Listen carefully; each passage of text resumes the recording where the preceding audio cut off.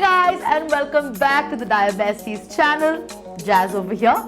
And today's video, I'm going to sort of try to simplify a topic which I really don't like and I'm not very good at as well. And that is carbohydrate counting. I have never been good with carb counting. I have never aced it. A lot of people with type 1 diabetes do it very well, so good on you guys. I have struggled a lot during my life with it. So in today's video, I'm going to sort of share 10 most basic things and a few tips that may help you with this monster of a subject, which is carb counting. So let's get into it. Number one, let's understand a little bit about the food we eat. Now, any food that we eat gets broken down into glucose, and glucose then enters your bloodstream and goes into your cells with the help of insulin. Glucose is the main source of energy for our body to function. Any part of our body, our brain, our organs, our muscles, they all require glucose to function. So what you would say that petrol is for a car, glucose is for our body. Number two, food can be broken down into three main food groups or nutrients like we call it. That is carbs, protein and fat. Okay, and these are the three main food groups that we are going to focus on in today's video.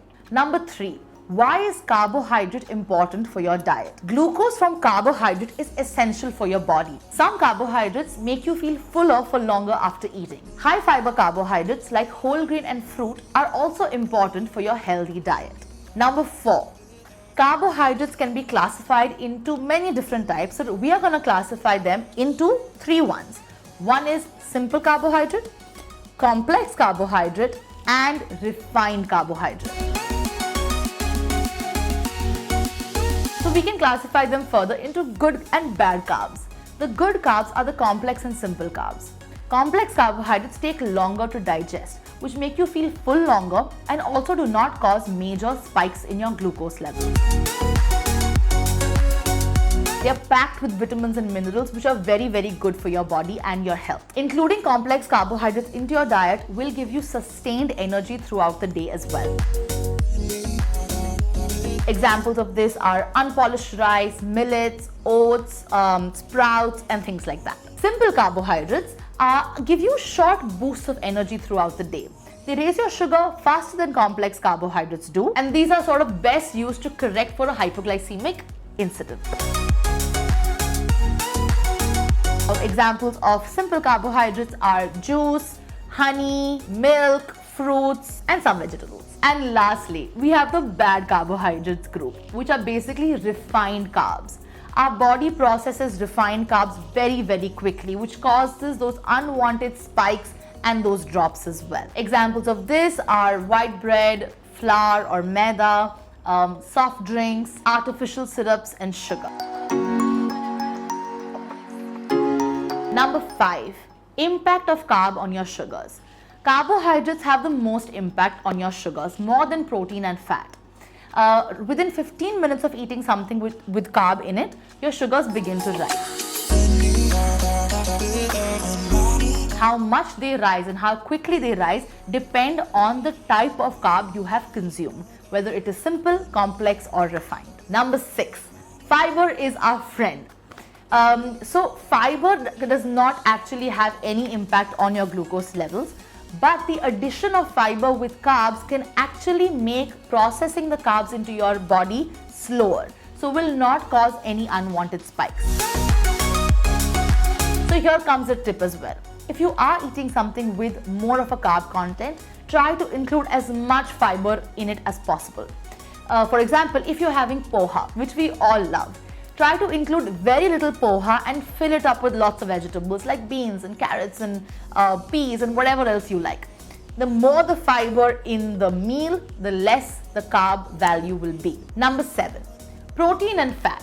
Both are important. There are healthy fats which you should be having in your diet, and of course protein intake is very important. Protein and fat both have delayed onsets of your sugars. These consumed in small amounts will not cause your sugar to rise, but they may have a delayed rise, maybe 2 or 3 hours after your meal as well.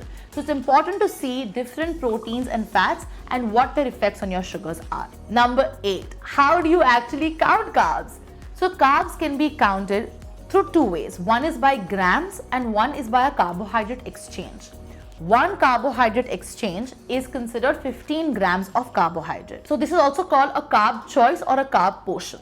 Okay. Now very important to note here, this 15 grams is not the weight of the food, but the amount of carbs in that particular food. How do you count this, right? These can be sort of counted through food labels or by measuring scales as well. Important few tips to notice over here are that whenever you have a food label that you're looking at, when you look at the carb value, also correlate it to the actual serving size.